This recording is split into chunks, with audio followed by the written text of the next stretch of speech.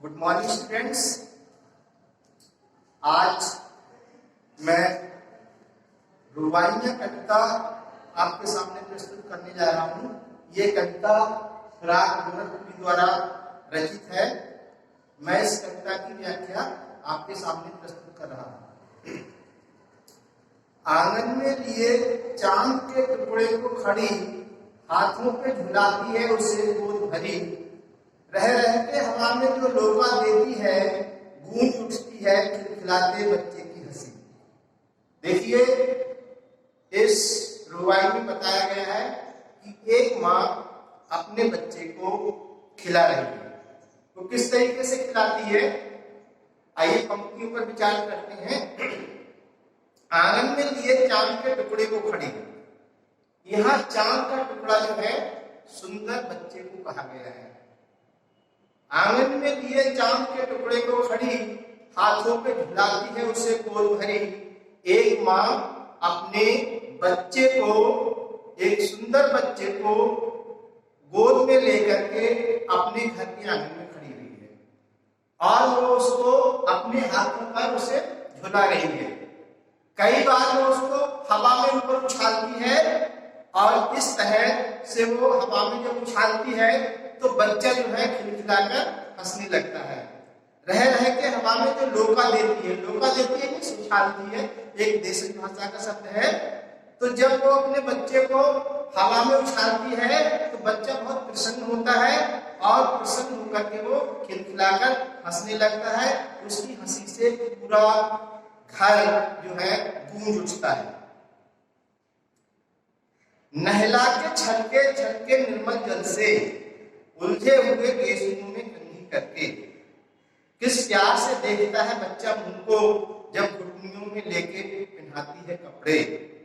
देखिए, अब इस रुबाई में, इन पंक्तियों में बताया गया है कि एक माँ अपने बच्चे को नहलाती है। नहलाने के बाद में उसके बालों को कंघी से संवारती है और बाद में वो कपड़े पहनाती है।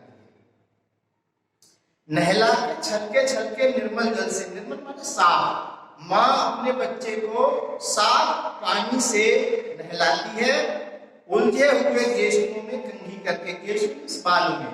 उसके बाल, बच्चे के बाल नहलाते वक्त उलझ जाते हैं, माँ उसको कंघी से सही करती है, संवारती है और इसके बाद वो उसको कपड़े पहनाती है। माँ बच्चे को नहलाती है, उसके बाल को कंघी से संवारती है, उसको पोंछती है, पोंछने के बाद में उसको कपड़े पहनाती है। तो कपड़े पहनाते वक्त बच्चे जो है वो कुछ मचलने लगता है और जब बच्चा मचलने लगता है तो माँ उसको अपने घुटनों में दबोचती है और उसको कपड़े पहनाती है। किस प्यार से देखता है बच्चा मुंह को, जब घुटनों में लेके पहनाती है कपड़े। जब माँ बच्चे को घुटनों में दबाकर कपड़े पहनाती है तो बच्चा बड़े प्यार भरी नजरों से अपनी माँ की तरफ देखता है। दिवाली की शाम घर पुते और सजे, चीनी के खिलौने जगमगाते लावे। वो रूपवती मुखड़े पे नर्म दमक, बच्चे के घरौंदे में जलाती है दिए। देखिए, इन पंक्तियों में दिवाली के त्योहार का वर्णन किया गया है। दिवाली के त्योहार पर क्या क्या तैयारियां होती हैं घरों में और किस तरीके से इसको मनाते हैं, इसका इसमें वर्णन है। दिवाली की शाम घर पुते और सजे, दिवाली के का अवसर है। इस अवसर पर घरों की सफाई की गई है, उनकी पुताई की गई है, उनकी रंगाई की गई है और इसके बाद चीनी के खिलौने जगमगाते लावे। मिठाइयां आती हैं घर में और विशेष रूप से चीनी के बने हुए खिलौने आते हैं, जिन्हें बच्चे जो हैं बहुत ही प्यार से, बहुत ही प्रसन्न होकर, बहुत ही खुशी से उनको देखते हैं और लेते हैं। चीनी के खिलौने जगमगाते लावे, वो रूपवती मुखड़े पे नर्म दमक। और माँ है घर में, उसके चेहरे पर एक प्रसन्नता की झलक आ जाती है। क्यों? जब वो दिए जलाती है घर आंगन में तो बहुत खुश होती है और बच्चे के घरौंदे में जलाती है दिया। उसके बच्चे ने घर में एक छोटा सा घर बना रखा है, अपने खिलौने का घर बना रखा है। माँ उस खिलौने के घर पर भी एक दीपक जलाती है और उसे बड़ी खुशी होती है कि उसके बच्चे ने ये जो है क्रिएटिव मतलब दिखाई है, क्रियात्मकता दिखाई है, उसने अपने हुनर दिखाया है। तो उस हुनर को माँ अपने मन में समझती है और फिर बहुत खुश होती है। आंगन में ठुनक रहा है जिदियाया है, बालक तो है चांद पे ललचाया है। दर्पण उसे दे के कह रही है माँ, देख आईने में चांद उतर आया है। देखिए बच्चे की जिद जो है या बाल हट, ये संसार का प्रसिद्ध है। कई बार बच्चा किसी चीज को लेने के लिए जिद करने लगता है। ऐसा कवियों ने पहले भी बहुत वर्णन किया है। जैसे सूरदास ने वर्णन किया है कि मैया मैं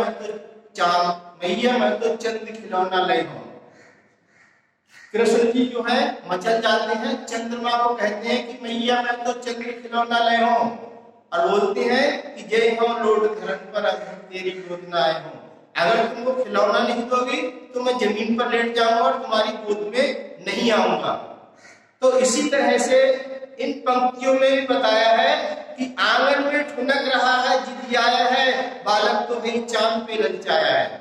कि बच्चा जो है वो कहता है कि मुझे तो चांद चाहिए, वो खिलौना चाहिए, जो चांद है वो मुझे चाहिए। और अगर वो ऐसा नहीं होता है तो वो रोता है। आंगन में ठुनक रहा है जिदियाया है, मतलब उसने जिद कर ली है कि मुझे तो केवल और केवल चांद ही चाहिए। बालक तो है चांद पे ललचाया है, और दर्पण उसे देख के कह रही है माँ, देख आईने में चांद उतर आया है। तो माँ भी एक अपनी सूझबूझ का परिचय देती है। वो घर में से एक आईना लाती है, एक दर्पण लाती है और उसको बच्चे के हाथ में देती है, और चांद का प्रतिबिंब जो है उस दर्पण में दिखाई देता है। तो कहती है देख आईने में चांद उतर आया है, अब तू उसको ग्रहण कर ले, अब तू उसको ले ले, पकड़ ले। तो इस तरह से माँ होती है, वो बच्चे को अपने एक उसकी जिद को पूरा करती है। रक्षाबंधन की सुबह रस की पुतली छाई है घटा गगन की हल्की हल्की, बिजली की तरह चमक रहे हैं लच्छे, भाई के है बांध की चमकती राखी। इसमें रक्षाबंधन के त्योहार का वर्णन किया गया है। और ये रक्षाबंधन का त्योहार जो है वो सावन के महीने में मनाया जाता है, जब आकाश में काले काले बादल छाए रहते हैं। प्रकृति का जो वातावरण होता है बहुत ही मनोरम होता है, बहुत सुंदर होता है। उस वक्त का इसमें वर्णन है कि रक्षाबंधन की सुबह रस की पुतली। आज रक्षाबंधन का त्योहार है, सुबह का समय है।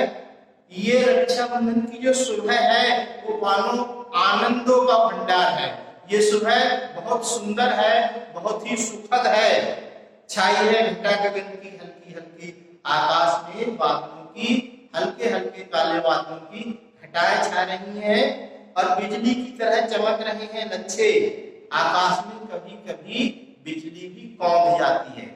और ये जो बहन अपनी भाई के कलाई में जो राखी के लच्छे बांधती है, ये भी बिल्कुल वैसे ही लगते हैं जैसे बादलों, काले बादलों के बीच में चमकती हुई बिजली की कोई लकीर हो। मतलब ये भाई के जो कलाई में बहन ने जो राखी बांधी है उसके धागे बिजली की तरह चमकीले हैं, बिजली की तरह सुंदर हैं। तो इस तरह से ये रुबाइयों में उन्होंने रक्षाबंधन का वर्णन किया है। आगे इसी में गजल भी है, और ये पहली गजल में पढ़ता हूं। नौरस कुचे पंखुड़ियों की नाजुक गिरहें खोले हैं, या उड़ जाने को रंगों को गुलशन में परतोले हैं। नौरस नए रस से, गुचे मीन्स कलियां, पंखुड़ियां जो फूल में पंखुड़ी होती हैं, नाजुक नाजुक मीन्स मुलायम कोमल, गिरह मीन्स जो बंधा होता है, गांठ जिसको कहते हैं। या उड़ जाने को रंगों को, रंग और मीन्स खुशबू, रंग, गुलशन में परतोले हैं।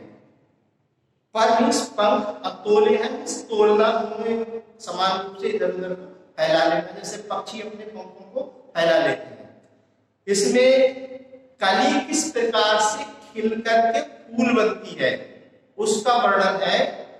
एक बगीचे में जब कली खिलती है तो वो फूल का रूप धारण करती है और कवि उसमें क्या कल्पना करता है। नौरस गुचे पंखुड़ियों की नाजुक गिरहें खोले हैं, नौरस नए रस से भरी हुई कलियां अपनी कोमल पंखुड़ियों को खोल रही हैं, मतलब कलियां खिल करके फूल बन रही हैं।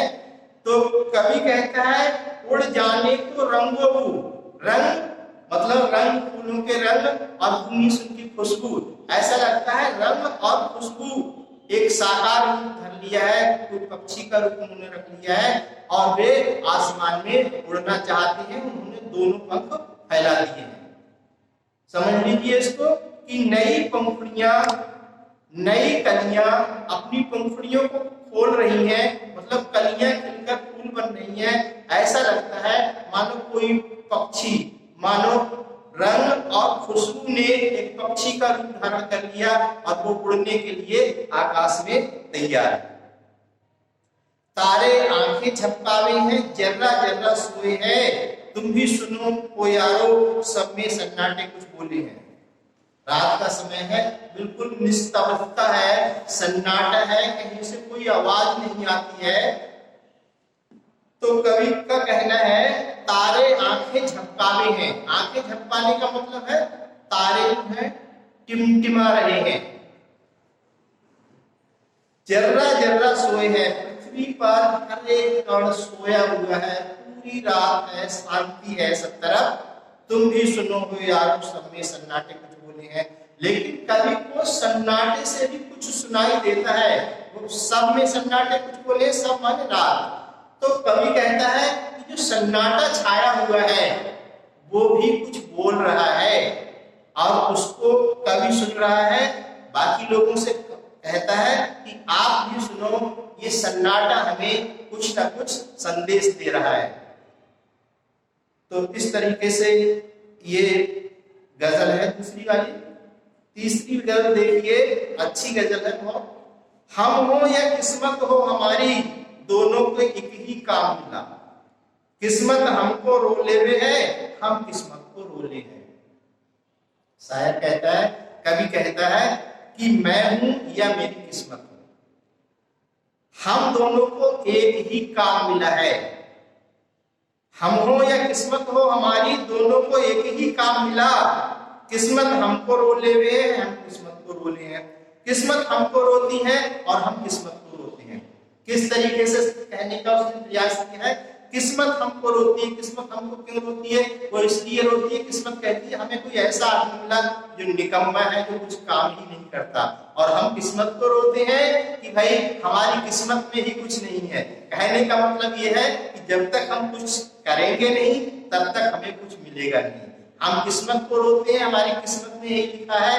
बाकी हमें ये करना चाहिए कि हमें पहले किसी काम को करने का पूरा प्रयास करना चाहिए, तब कहीं जाकर हमें देखना चाहिए कि हमारी किस्मत क्या है।